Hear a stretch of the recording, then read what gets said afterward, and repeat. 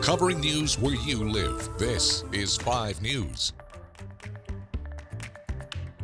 Thank you for joining us here today for the latest news and weather where you live. I'm Joe Ellison. All right, Arkansas voters will cast their ballots this evening for any races that have went to a runoff. Some of the races that will be decided here at home are Farmington mayor and a pair of city council positions in Springdale. If you'd like to know more about any runoffs taking place right in your area, just visit our website, 5newsonline.com, or you can download our free 5 News app. Meanwhile, Arkansas Governor-elect Sarah Huckabee Sanders announcing her first cabinet nominations Monday ahead of her inauguration. Now, during the announcement, Sanders promised to remain focused on fixing crime in the state.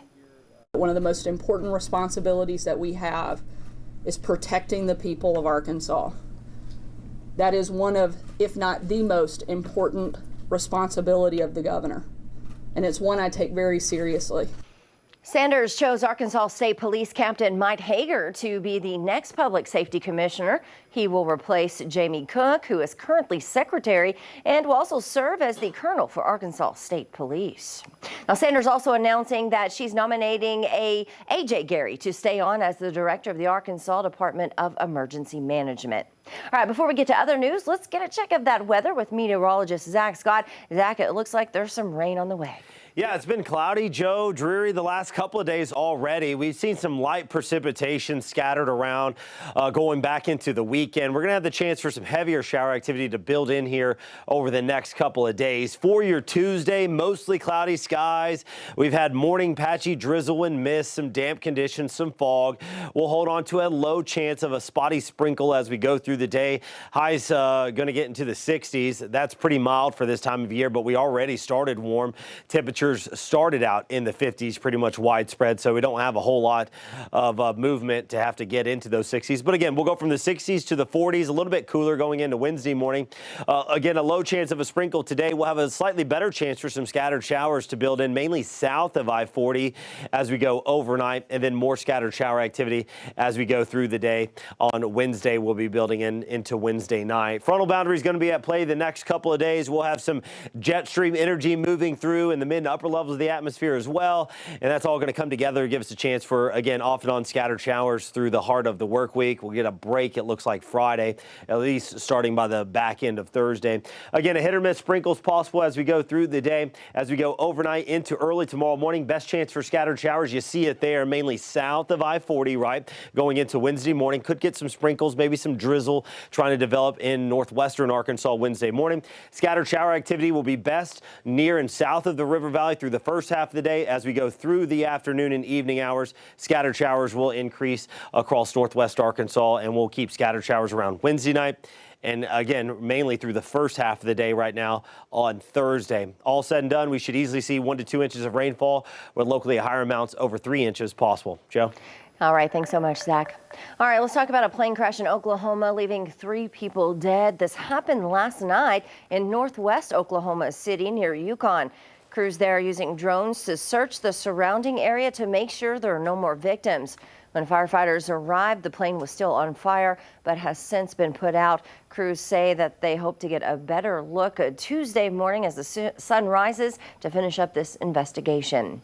And the Scott County Sheriff and a former Waldron police officer both due in court today. Sheriff Randy Shores and Officer Omar Gonzalez, both charged in connection with an arrest earlier this year. Investigators allege they used excessive force against a suspect after his vehicle crashed. Gonzalez, who resigned in May, faces 3 counts of third-degree battery, while Shores is charged as an accessory.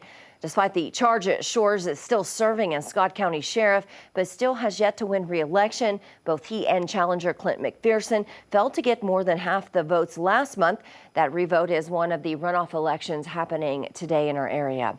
And we have new details in the story we brought you yesterday on the arrest of Johnson County Sheriff Jimmy Stevens. Now, we've learned new details about the case, including the involvement now of the FBI. Sheriff Stevens faces multiple drug and gun charges charges. He was arrested in Crawford County while he was on patrol, while actually he was in his patrol car over the weekend.